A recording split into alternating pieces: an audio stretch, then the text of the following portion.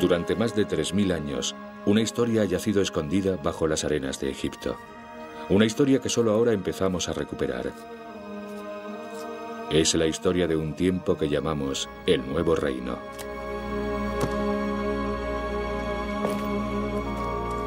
Nos dejó los mayores tesoros del mundo antiguo. Un legado extraordinario en papiro, piedra y oro. Pero detrás de esos tesoros yace una historia épica de personas reales. Personas como Ramsés el Grande, Tutankamón, el Niño Rey, y una de las más hermosas y poderosas mujeres del mundo antiguo, la reina Nefertiti.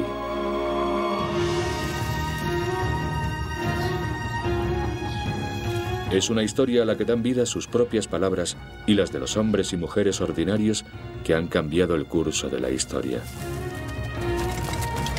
En informes de testigos presenciales, soldados describen el nacimiento de un imperio forjado en el campo de batalla.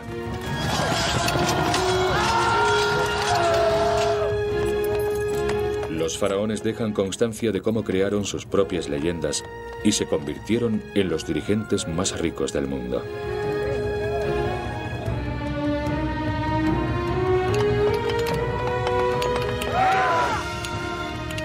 Un arte antiguo que revela cómo convirtieron la riqueza inimaginable de Egipto en tumbas, templos y tesoros. Y cómo al final se vieron forzados a destruir las mismas tumbas que habían construido.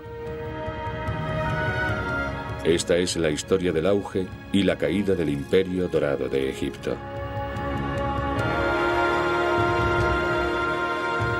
Egipto, la época dorada. Faraones guerreros.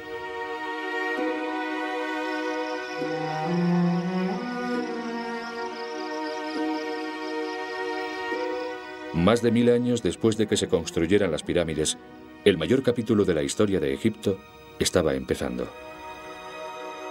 El Nuevo Reino, una explosión de creatividad, riqueza y poder. Sería la envidia de las civilizaciones futuras. Los griegos, los romanos, Napoleón, todos buscarían inspiración en los hombres y mujeres que construyeron el primer imperio de la historia escrita. Sin embargo, la Edad Dorada pudo no haber ocurrido nunca. En 1560 a.C., Egipto estaba en crisis por primera vez en la historia.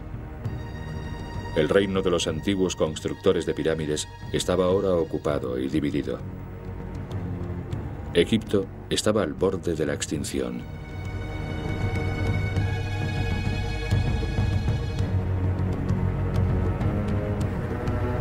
El norte había sido invadido por un rey extranjero que se había declarado a sí mismo faraón. Su pueblo, los hicsos, ocupaban ahora el rico delta del Nilo.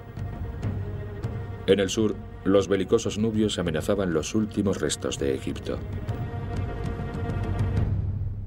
La invasión de Egipto por los hicsos fue una conmoción, una sorpresa, porque fue la primera vez que Egipto era completamente invadido. Esta es la primera vez que un pueblo extranjero entraba en Egipto y se quedaron 150 años.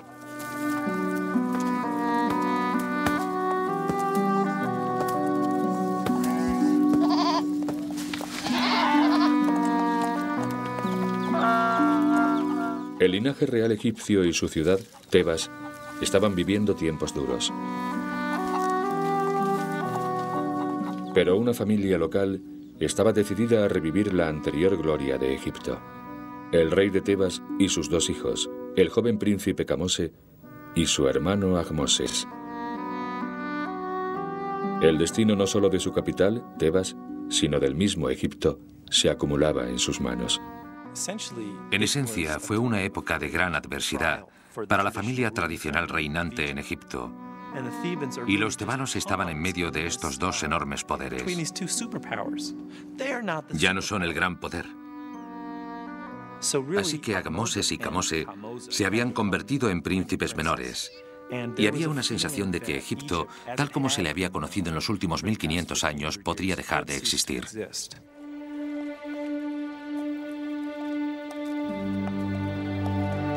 El odio de Kamose y Ahmoses hacia los hicsos era personal. Su padre intentó rebelarse contra los invasores en el norte. Pagó un precio terrible. 3.500 años más tarde, su cadáver aún muestra señales de su brutal asesinato a manos de sus enemigos.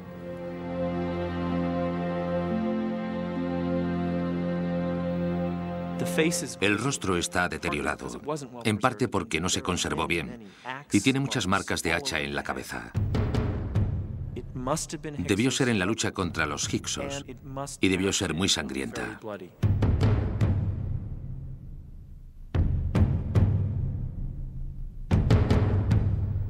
Tradicionalmente, los egipcios veían a los extranjeros como primitivos y bárbaros. Para el joven Kamose, la muerte de su padre a manos de los hicsos debió de ser tan humillante como trágica. En la ideología de los egipcios, el extranjero es el enemigo inherente, el inferior inherente sobre el que los egipcios tenían un poder divino, dado por sus deidades. Los describen como enemigos viles, gente que es indeseable. Los extranjeros son polvo bajo los pies del faraón. Imágenes de extranjeros se tallaron en taburetes para los pies como este. Así los egipcios podían demostrar su superioridad pisándolos, literalmente. Representaban a los nubios, libios y asiáticos como feos, salvajes, no dignos de poner un pie en la arena egipcia. Pero ahora, el norte de Egipto e incluso las pirámides eran tierra gobernada por extranjeros. Esto era lo peor para el pensamiento de un egipcio. Las pirámides, para Ahmoses y Kamose, eran una especie de recordatorio. Los mataba. Necesitaban que volviera la gloria de Egipto, y esto les dio la fuerza para unirse, derrotar a esos extranjeros y echarlos de Egipto. Con su padre muerto, su tierra dividida, Kamose estaba decidido a vencer a los hicsos. Sus palabras han sobrevivido en una estela grabada en esta gran piedra. Kamose, de modo terminante, afirma su intención de destruir a los enemigos en el norte y el sur de Egipto. ¿Qué poder puedo afirmar que tengo cuando estoy atrapado entre un asiático y un nubio? Cada uno de ellos tiene también un trozo de Egipto y comparte la tierra conmigo. Mi objetivo es liberar Egipto y aplastar a los asiáticos. Pero Kamose no podía luchar solo. Tenía primero que agrupar a su pueblo tras él, y como la estela registra, la mayoría de los líderes no se oponían a vivir en un Egipto dividido. Estamos satisfechos con nuestra parte de Egipto. Los mejores campos son nuestros para cultivarlos. El grano aún llega a nuestros puercos, y nuestros rebaños nunca han sido incautados. No todos estaban disgustados con el gobierno hicso. Estoy seguro de que los tiempos eran buenos para muchos egipcios bajo los dirigentes hicsos. ¿Por qué levantarse en armas? ¿Qué sacaría el pueblo? Los hicsos pronto dieron al pueblo de Egipto buenas razones para alarmarse. En un remoto camino desierto, lejos de Tebas, mensajeros hicsos corrían hacia el sur con una misión secreta.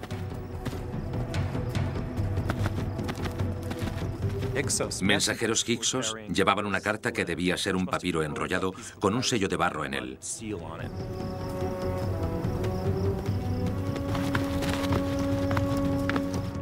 Y atravesaban el desierto seguramente con mucha velocidad. Y los espías de Kamose debieron interceptar a los mensajeros.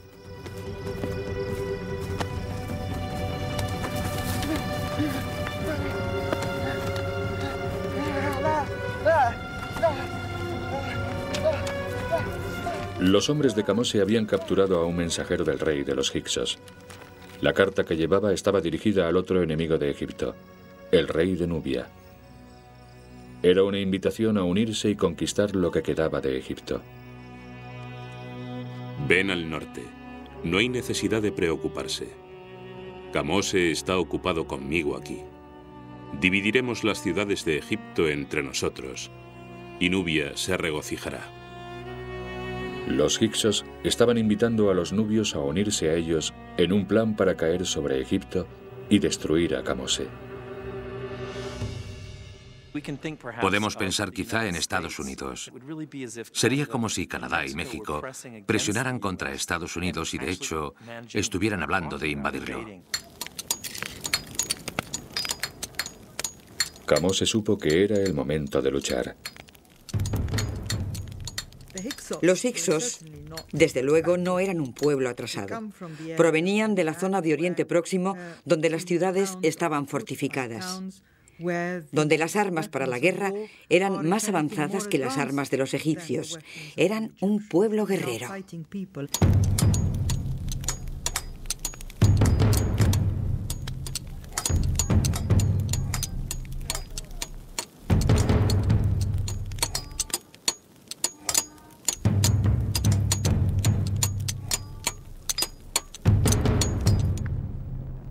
Ahmoses, aún un niño pequeño, observaba sin tomar parte cómo su hermano Kamose preparaba su ejército para la batalla. Kamose y su hermano Ahmoses se convertirían en los liberadores, en los guerreros de la libertad. Serían los iniciadores del periodo más grande en la historia de Egipto. Kamose, de 20 años de edad, se preparó para liderar sus tropas hacia el norte, al territorio de los hicsos.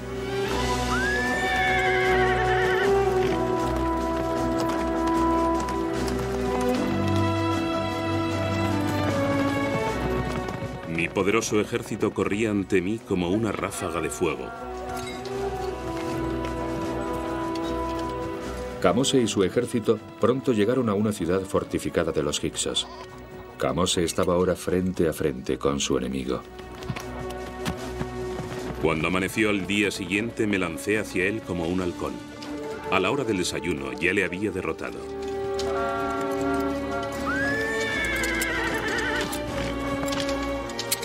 Demolí sus defensas. Maté a sus hombres.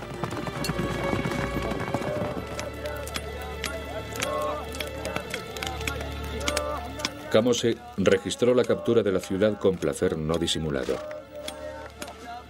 Mis soldados eran como leones tras la presa. Transportaron el ganado, los esclavos, vino, grasa y miel. Y alegremente dividieron el botín. El ejército egipcio se dirigía ahora hacia su último objetivo, Avaris, la capital de los hicsos. Kamose tenía confianza en que la victoria estaba a su alcance. Insultó al rey de los hicsos y le gritó que era un cobarde, que no era bueno y que iba a derrotarle.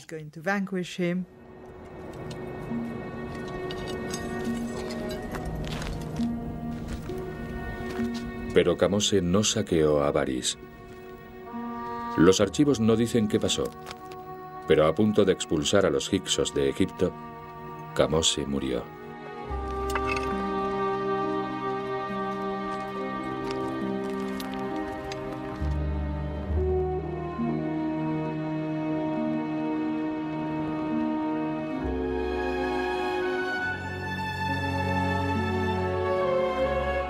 Las esperanzas de Egipto ahora recaían en los hombros de su hermano de 10 años, Ahmoses.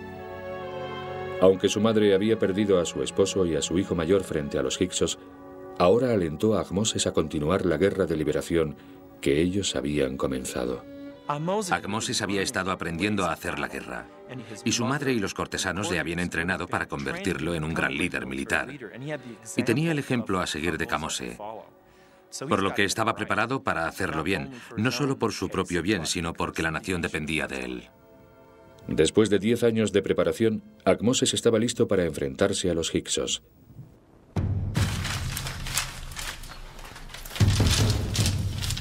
Sería su gran prueba.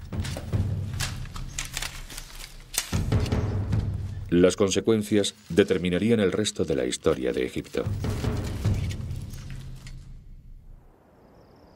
Solo queda el testimonio de un testigo presencial de este momento crítico. Está enterrado en la tumba de un soldado que luchó en el ejército de Ahmoses contra los hicsos.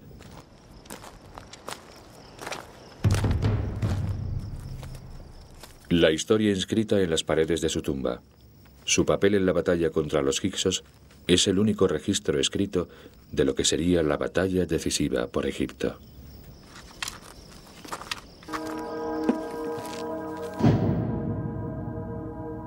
Déjame hablar contigo y contarte los honores que recibí. Cómo me condecoraron con oro. Durante el cerco a Baris, el rey se fijó en mí, luchando valientemente a pie, y me ascendió. Tomamos a Baris. Capturé allí a 4 personas, un hombre y 3 mujeres, y su majestad me permitió quedármelos como esclavos. Estas pocas palabras de un hombre anciano son el único registro de la derrota histórica de los hicsos por el ejército de Ahmoses. Ahmoses regresó victorioso a Tebas. Entregó su hacha ceremonial a su madre como símbolo de su gran victoria. El trabajo que su padre y su hermano habían comenzado, él lo había por fin terminado. Él, en efecto, expulsó a los hicsos. Su padre, su abuelo y su hermano no lo hicieron. Pero esta vez tuvo éxito en expulsar a los hicsos de Egipto. Ahmoses ya no era solamente el rey de Tebas. Ahora era faraón de un Egipto unido. La reunificación de Egipto fue crucial. Significó un nuevo comienzo. Significó que Egipto había vuelto donde debía estar, una tierra unificada bajo el gobierno de un rey, un faraón. Es un momento de origen, un momento de inicio. Hay un momento alrededor del año 1520 que es la inauguración del nuevo reino.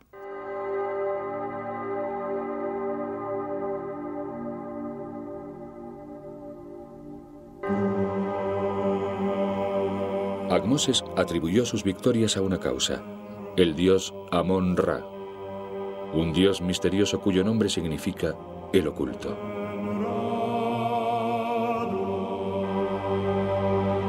En los escondrijos más oscuros del templo de Tebas, el dios habló a Ahmoses. Oh, mi hijo Ahmoses, yo soy el Padre. Yo infundí el terror en las tierras del norte, incluso en Avaris. Y los hicsos yacen muertos bajo mis pies. Los egipcios estaban tan impresionados por la victoria de Ahmoses sobre los hicsos que el mismo faraón era adorado como un dios. Ahmoses era un héroe a los ojos de todo el mundo. Todos sonreían, gritaban su nombre. Le construyeron una capilla y pidieron a Dios que le protegiera, porque él era un dios. Pero la ambición de Ahmoses iba más allá del Egipto unido. Quería oro para hacer de Egipto una nación poderosa. Se dirigió al sur con su ejército, hacia Nubia. Algunas de las minas de oro más ricas del mundo antiguo eran controladas por el poderoso rey nubio desde su capital, aquí, en Kerma. En una serie de batallas, el ejército de Ahmoses aplastó a los nubios. Una vez más, Ahmoses salió victorioso. Después de 25 años en el trono, Ahmoses murió. Pero su legado viviría para siempre para asegurar que los extranjeros nunca gobernarían de nuevo su país.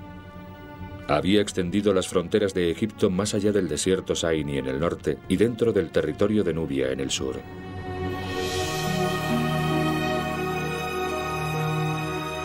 El faraón guerrero había colocado los cimientos de un imperio. Fue el principio de la luz del día. Fue el principio del sol que seca. Fue el principio de la vuelta de las pirámides. Fue el principio de la gloria de Egipto. Por eso la llamamos la época dorada.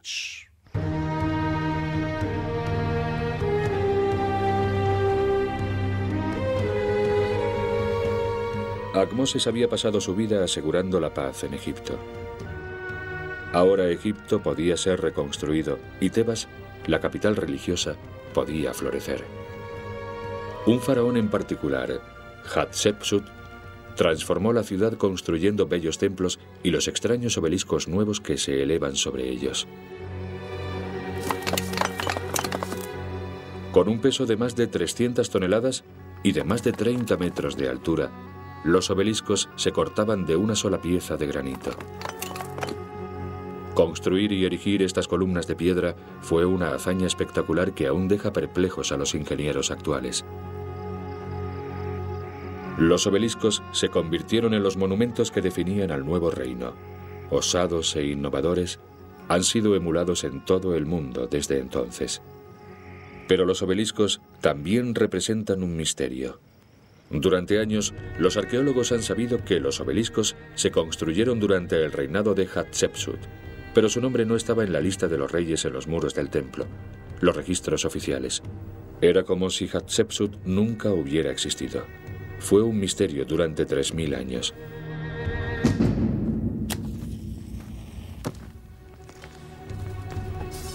En 1903, el arqueólogo británico Howard Carter estaba trabajando en una tumba en el Valle de los Reyes.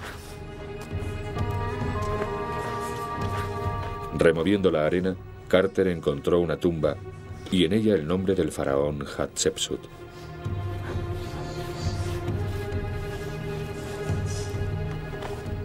Hatshepsut había sido borrado de los registros históricos por una razón muy simple. Este extraordinario faraón era una mujer. Muy temprano en su vida, Hatshepsut había sido una reina ordinaria. Cuando murió su esposo, su hijastro, Tutmosis, subió al trono. Pero era demasiado joven para gobernar solo, por lo que Hatshepsut gobernó como corregente. Esto no era excepcional. Lo que fue sorprendente fue su siguiente paso. Hatshepsut se declaró a sí misma faraón. Hatshepsut debió de ser una mujer extraordinaria. Se veía a sí misma como el gobernante más importante de su tiempo. El siguiente gobernante en subir al trono, Tutmosis III, era solo un niño pequeño. Así que ella entró en acción y de ser la regente se proclamó a sí misma no reina, sino rey de Egipto.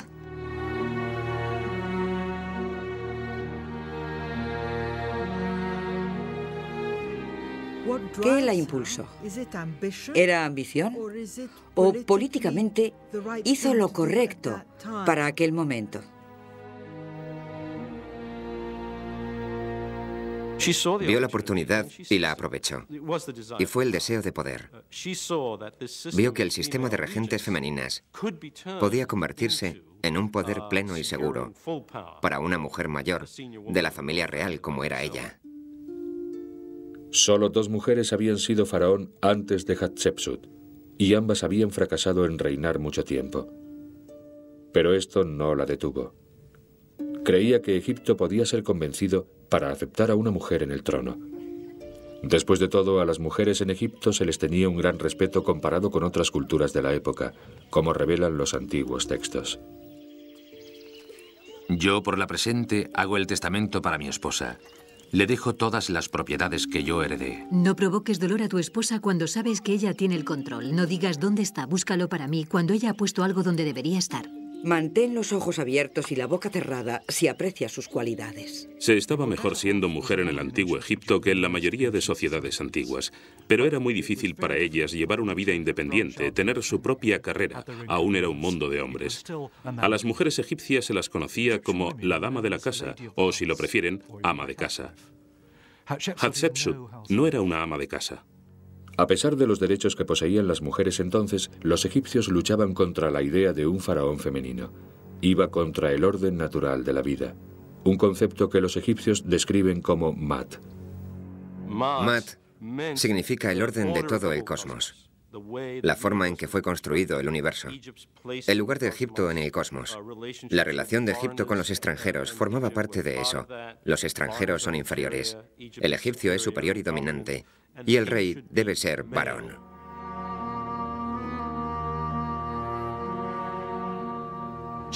Ella sabía que no tenía derecho al trono y que los egipcios nunca la aceptarían. La necesidad de Hatshepsut de legitimar su papel de faraón dominaría todo su reinado. Primero se volvió hacia sus ancestros. Hatshepsut subrayó el hecho de que era hija de un rey. A Hatshepsut se la puede ver como a la reina Isabel I del Antiguo Egipto, y una de las características más fuertes de su vida es su relación con su padre. Ella podía ser una mujer, podía ser alguien cuya reivindicación al trono era poco sólida, pero no olvidemos nunca que era la hija de Tutmosis I. La reina Isabel solía entrevistar a los embajadores debajo de un retrato de Enrique VIII. El mensaje era el mismo: soy la hija de mi padre. Hatshepsut incluso puso palabras en la boca de su padre muerto, afirmando que públicamente la había elegido como su sucesora. Esta es mi hija, Hatshepsut. Yo por este medio la nombro en mi lugar. Ella sola se sentará en mi majestuoso trono. Escuchad sus órdenes y trabajad juntos en lo que ella ordene. Pero fue más lejos.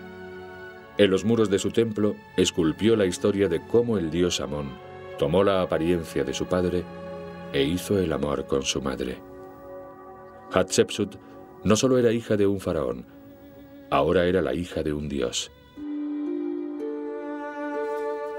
Hatshepsut personalmente aceptó su sexualidad deleitándose en descripciones de su propia belleza. Su cuerpo estaba cubierto con el mejor incienso. Su olor era una lluvia divina. Su piel brillaba como las estrellas.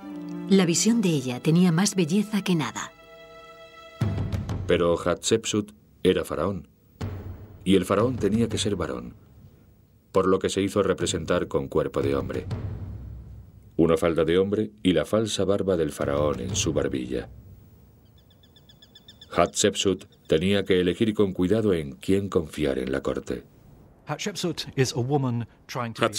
era una mujer intentando ser rey. Heredó la corte de su padre y la reemplazó por personas que ella misma había elegido, con lo que su propio interés era mantener al patrón en su puesto, aunque ese patrón fuera una mujer. Ellos sabían que si ella salía, ellos salían.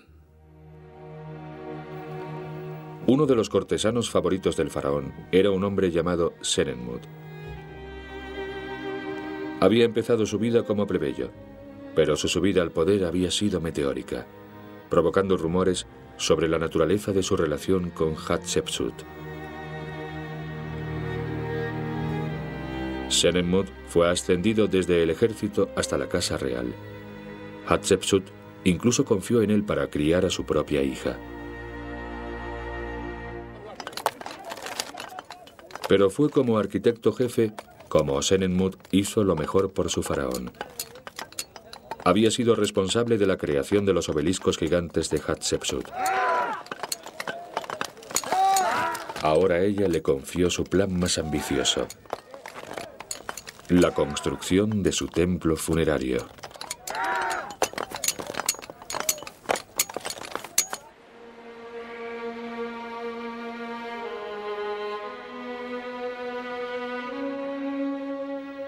El templo sería el último intento de Hatshepsut de demostrar que era digna del título de faraón. Fue uno de los edificios más profusos y monumentales del mundo antiguo. Deir el-Bahri.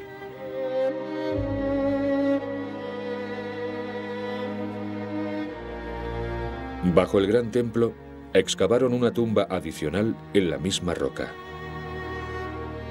A mitad de camino del corredor hay un dibujo del propietario de la tumba y a su lado un nombre: Senenmut.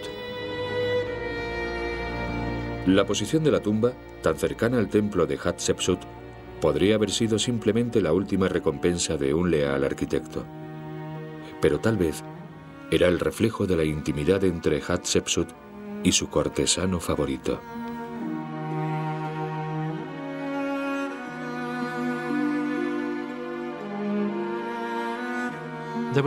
Hubo especulaciones en su tiempo acerca de que Senenmut era el amante de Hatshepsut, y unas inscripciones en una tumba cerca del templo de Deir el-Bahri dejan bastante claro que la persona que las escribió pensaba que esa era su relación. Este es un problema que los dirigentes femeninos tienden a tener. Provocan puntos de vista salaces de lo que están haciendo. Yo sospecho que era improbable. Era un juego demasiado peligroso para que Sir Edmund lo jugara. Sospecho que su relación era de respeto mutuo y que no iba más allá de los límites de ese respeto. Pero mientras el templo interior guardaba secretos privados, los muros externos de Deir el-Bahri se convirtieron en un lugar para la propaganda y el autoengrandecimiento. Relieves esculpidos alardean de las hazañas supremas de su reinado. Una insólita y osada aventura militar. Se esperaba de cada faraón que se probara a sí mismo en el campo de batalla, pero el ejército de Hatshepsut estaba bajo el control de su hijastro, Tutmosis. Tutmosis era cabalmente consciente de que el trono era suyo por derecho. Como Isabel I de Inglaterra, ella no confiaba en el ejército. Tenía un problema. Si enviaba el ejército fuera a extender el imperio y este era derrotado, la culparían y casi con seguridad perdería el poder. Lo que pasaría por otra parte si ganaba es que los generales al mando del ejército victorioso podían volverse contra ella y decir: ¿veis? Podemos lograr la victoria, no necesitamos a esta reina advenediza en el trono. Así que Tutmosis y su ejército representaban un problema importante para Hatshepsut. El faraón trama un ingenioso plan que no solo mantendrá ocupado a Tutmosis y su ejército, sino que también realzará su estatus. Ordena a sus soldados prepararse para una misión épica de comercio en un lugar donde ningún egipcio ha estado hace más de 500 años. La tierra de Punt. Además de mantener ocupado a su hijastro, Punt ofrecía a Hatshepsut la promesa de artículos exóticos, sobre todo incienso.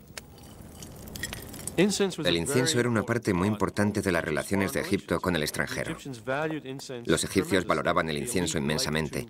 A la élite le gustaba perfumar su entorno, pero incluso más importante, cuando quemas incienso en un templo, el dios o la diosa, de hecho, se encarnan en el incienso. Así, lo que hueles no es solo el incienso, sino el aroma de la deidad. En el 9º año de su reinado, el faraón envió la expedición a Punt.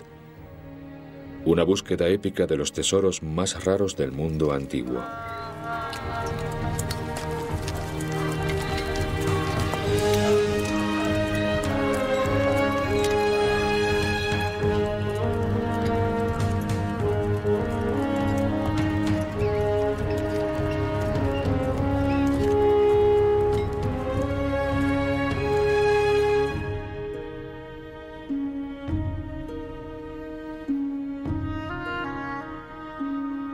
Los directores de escena fueron la esencia de este viaje. Fue una enorme obra de teatro. Fue una enorme pieza de propaganda para demostrar que Hatshepsut podía traer lo exótico, lo insólito, lo divino. También dio trabajo a un ejército desocupado. Es algo de lo que podían hablar a sus nietos, podían contarles lo que hicieron bajo la famosa reina Hatshepsut.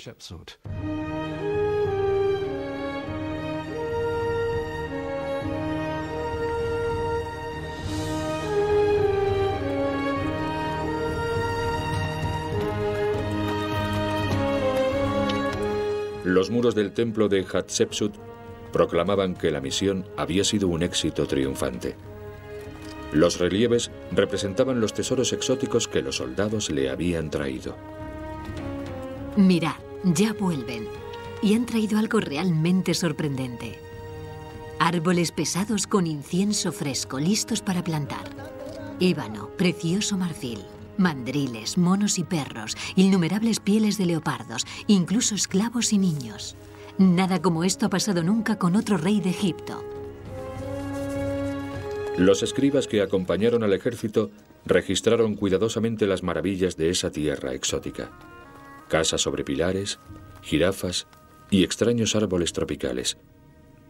Junto con la flora y fauna, la reina de Punt era representada como una enorme mujer gorda. Estos relieves son considerados como el primer estudio antropológico de la historia. La expedición a Punt hizo más que legitimar la posición de Hatshepsut como faraón. La particularizó como el faraón que había abierto Egipto y alcanzado tierras extranjeras. Bajo su reinado hubo una explosión de riqueza, de poder, De visión en un sentido. Fue un gran reinado. Después de 22 años en el trono, Hatshepsut murió. Esperaba que sus obeliscos, elevándose sobre Karnak, recordarían al mundo su grandeza para siempre. Pero le había robado el nombre de faraón a su hijastro. Y por esto, él le haría pagar. Tutmosis III, verdadero heredero del trono, tenía 25 años de edad y estaba listo para reclamar su herencia. Amón abrió las puertas y yo volé hacia el cielo como un halcón divino. Él me dio su fuerza y su poder.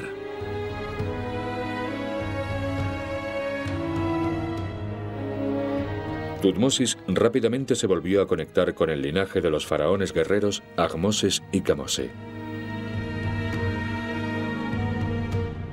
Sería como si su madrastra nunca hubiera reinado. Tutmosis se aseguraría de ello.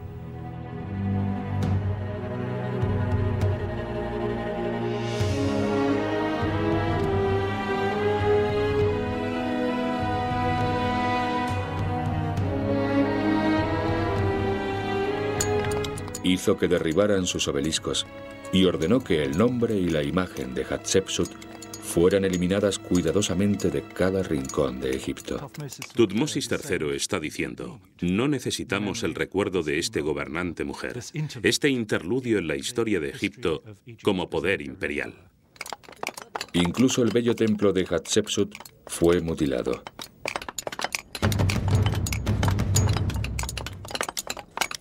Sería como en los tiempos en que estaba siendo construido y decorado, pero a la inversa. El andamiaje estaría colocado. Habría cientos de trabajadores apresurados, ocupados en desconchar todos los muros. Organizar la mutilación de la imagen real de Hatshepsut de pronto era una tarea burocrática importante. Y si había algo que les gustara a los antiguos egipcios, era una tarea burocrática importante. Estoy seguro de que esto fue la cima de la carrera de algún alto oficial. Todas las evidencias del reinado de Hatshepsut fueron destruidas. Si eliminas la imagen de alguien de su monumento funerario, estás en efecto eliminando su posibilidad de existencia en la vida posterior. Y para cualquier egipcio, de la realeza o no, eso es un desastre total. Mutilando un monumento como ese, estás diciendo, no, tú no tienes eternidad. Con su nombre eliminado en todo Egipto y excluida de todas las listas de los reyes, era como si Hatshepsut nunca hubiera existido.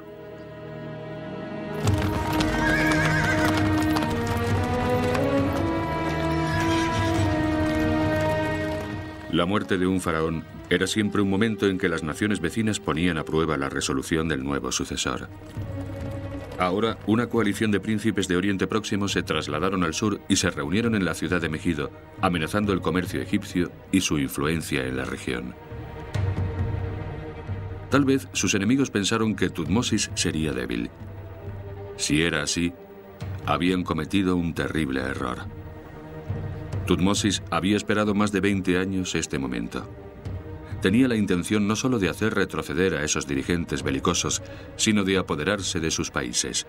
Tutmosis planeaba lo que ningún faraón egipcio había soñado nunca: construir un imperio. La estrategia fue luchar, luchar, luchar, luchar. Comprendió que para poder construir una base segura de poder en el Mediterráneo Oriental, tenía que realizar un gran esfuerzo militar.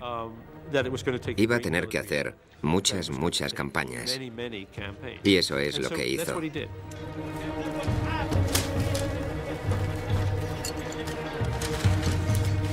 Para aumentar el tamaño de su ejército, Tutmosis lanzó una enorme campaña de reclutamiento. Se alistaban soldados, voluntariamente o a la fuerza.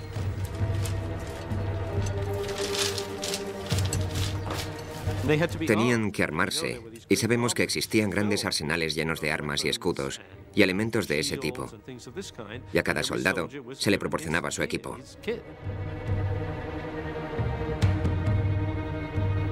Por fin, grandes divisiones del poderoso ejército egipcio se dirigieron al norte, a través del abrasador desierto del Sinaí. osadamente se movieron hacia la costa del Mediterráneo.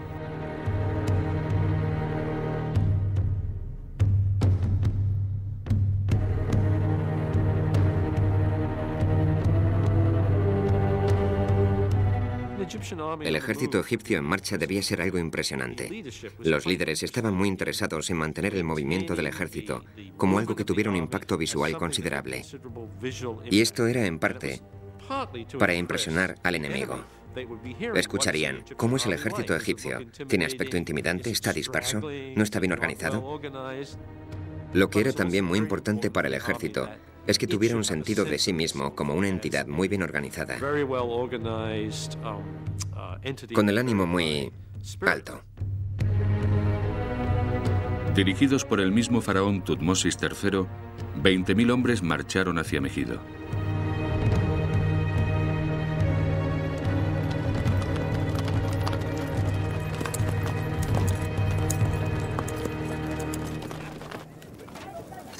Al final de cada día, cuando las tropas acampaban, los escribas del faraón registraban las últimas hazañas del ejército. Fueron los primeros corresponsales de guerra de la historia. Hacía que los escribas recogieran en un diario todos los acontecimientos que tenían lugar. Cuándo se levantaban, cuándo empezaban a marchar, dónde levantaban el campamento, cuánta tropa hay, cuántos necesitan comer, toda la vida práctica diaria de un ejército en marcha. Cuarto mes de invierno, día 25. Su Majestad pasó la fortaleza de Saile en su primera campaña victoriosa para aplastar a los pueblos que asaltaban las fronteras egipcias. De vuelta en Egipto, sus relatos se inscribían en los muros del templo de Karnak. Los rostros de los extranjeros llevan los nombres de las ciudades conquistadas por Tutmosis. Aquí la palabra Israel es registrada por primera vez en la historia. Los registros de los escribas también incluyen detalles íntimos de lo que significaba ser un soldado en el ejército del faraón hace 3000 años. Los árboles bajo los que me tumbo por la noche no tienen nada que comer. Las pulgas me pican y me dejan las venas secas. Voy cojeando como un tullido porque tengo que ir a todas partes a pie. Pide a Amón que me devuelva vivo de este agujero del infierno donde he sido abandonado. Tutmosis y sus soldados habían llegado por fin a su objetivo definitivo. Más allá de su campamento, al otro lado de las montañas, se extendía Megido. Esta es la ciudad de Oriente Próximo donde todos los príncipes del área se habían reunido. Y si conseguía conquistar esa ciudad fortificada, entonces prácticamente había conquistado toda la zona. En palabras de Tutmosis III, la captura de Megido es la captura de 1000 ciudades.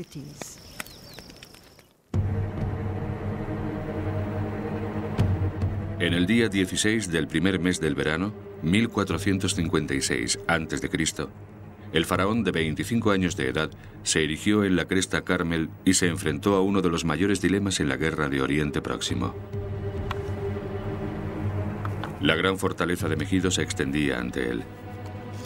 3 caminos llevaban a la ciudad, 2 eran rutas largas pero seguras. El tercer camino era el más rápido pero también el más peligroso, ya que los hombres de Tutmosis tendrían que caminar en fila de 1. Tutmosis convocó un consejo de guerra. Más tarde registró cómo sus generales estaban firmemente en contra de tomar el camino peligroso. Dijeron a su Majestad: ¿cómo vamos a ir por ese camino que se hace estrecho cuando hay informes de que los enemigos nos están esperando al otro lado? Hay otros 2 caminos ahí. No nos hagas ir por ese camino difícil.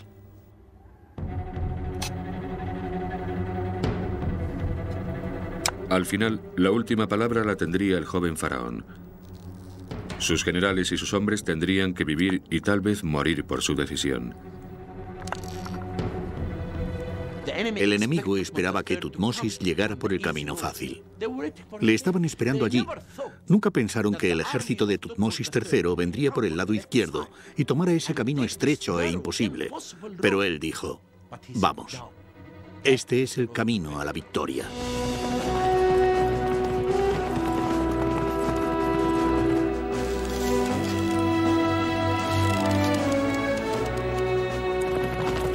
De pronto, como Tutmosis había planeado, el ejército egipcio apareció ante el enemigo. En Megido hubo pánico. El ejército enemigo salió corriendo de la ciudad para enfrentarse a los egipcios.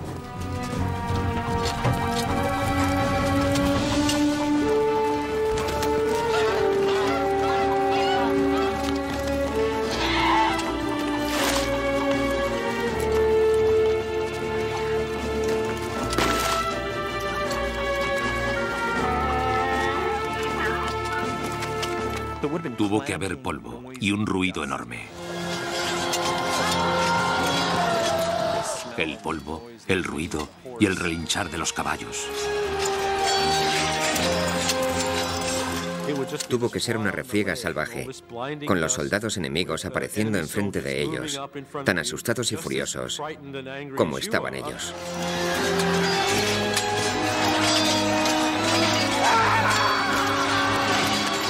Su Majestad partió en su carro de oro y plata, vestido con su equipo de batalla, fuertemente armado como Horus, el Señor. Su padre Amón fortalecía sus brazos. Los egipcios forzaron a huir a los enemigos, a volver dentro de los muros de Megido.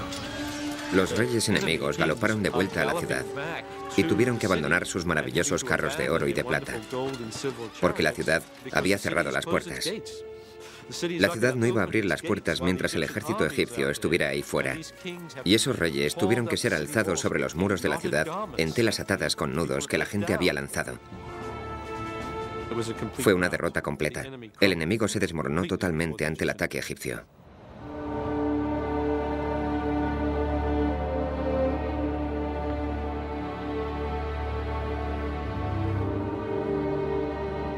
Pero al borde de la victoria, el plan de Tutmosis se torció.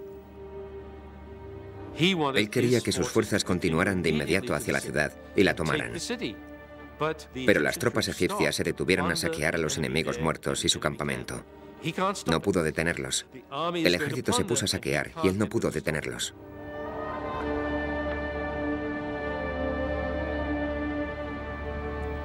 En el antiguo Egipto no contaban las cabezas, contaban las manos. Cortaban las manos, las apilaban en un gran montón y luego las contaban de una en una. Un asunto muy desagradable, pero supongo que no tan espantoso como contar las cabezas decapitadas. Cada mano enemiga valía su peso en oro. Pero en el saqueo, el ejército de Tutmosis había dado tiempo al enemigo para reagruparse con seguridad tras los muros de la ciudad. Los egipcios no tuvieron más elección que rodear Megido y esperar. No tuvo que dirigir un ataque contra la ciudad, porque al preparar la estacada, señaló que tenía intención de hacerlos pasar hambre, no atacarlos e intentar tomar la ciudad por asalto.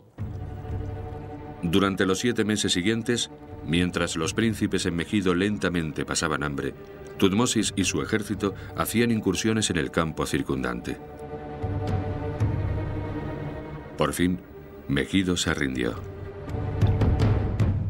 Cientos de años más tarde, cuando el escritor del libro de las Revelaciones habló de la última batalla del día del juicio final, la puso aquí, en Megido. La llamaría Armagedón.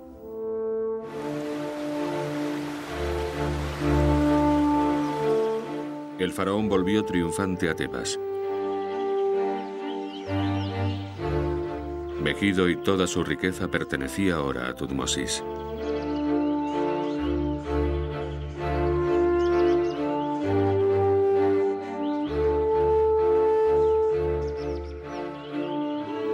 En los muros del templo de Karnak, sus escribas registraron la impresionante enormidad del botín que habían capturado. Prisioneros vivos 340. Carros de su ejército maltrecho 892. Vacas 1929. Hombres y mujeres esclavos y sus hijos 1796. Bastones con cabezas humanas 3. El botín y el tributo de guerra que llegaría hasta Tebas haría de ella una de las grandes ciudades del mundo antiguo. En un golpe de genio, el faraón también se llevó con él a los hijos de los príncipes derrotados para adoctrinarlos en la cultura de Egipto. Crecieron en una escuela egipcia. Aprendieron egipcio. Fue parecido a lo que los británicos hicieron en India al tomar a los hijos de los maharajas y enviarlos a colegios privados británicos. De esa manera, los príncipes se convirtieron en semi-egipcios.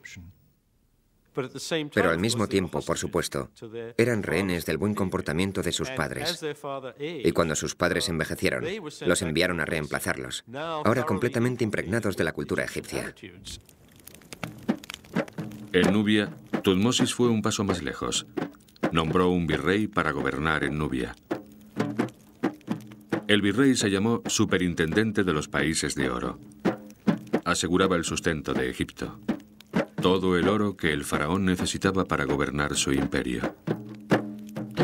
Tutmosis III estableció ese imperio y dio a ese imperio el liderazgo.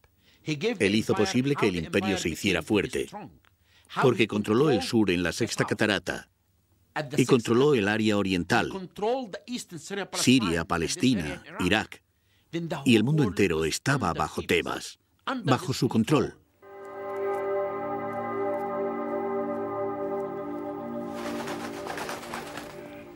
Por todos sus triunfos, Tutmosis dio gracias a un dios, Amón-Ra. La primera tarea del faraón al regresar de Megido fue solemne. El rey se acercó al santuario interior. Solo Tutmosis hizo ofrendas al dios al que concedía el mérito de su victoria, el dios que le había concedido un imperio. Según Tutmosis, el dios le habló. Te di el valor y la victoria sobre las tierras. He establecido tu fuerza, te temen en cada país, para que gobiernes a los vivos para siempre. Al salir, el rey echó arena en el suelo para oscurecer sus huellas y asegurarse de que nadie más entrara en presencia del dios. Tutmosis pudo volver a la luz con la bendición de Amón para su nuevo imperio. Solo 100 años antes, Egipto había estado al borde de la extinción. Pero al final del reinado de Tutmosis, Egipto controlaba Nubia, las costas de Siria y Líbano, y partes de Israel y Palestina. Los egipcios ocuparon territorios que nunca pensaron que alcanzarían en absoluto. Es un imperio enorme. Es el imperio más grande que ha sido conquistado nunca. Y está gobernado por un rey.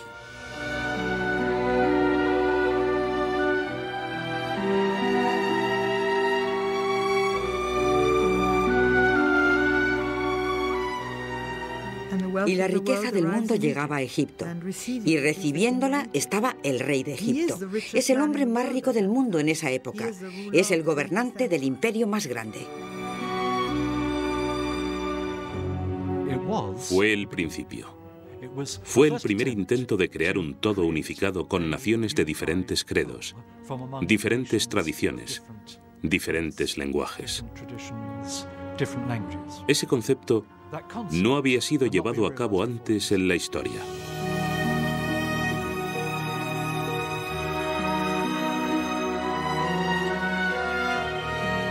El imperio egipcio había nacido. La pregunta ahora era, ¿qué haría el faraón con su imperio de oro?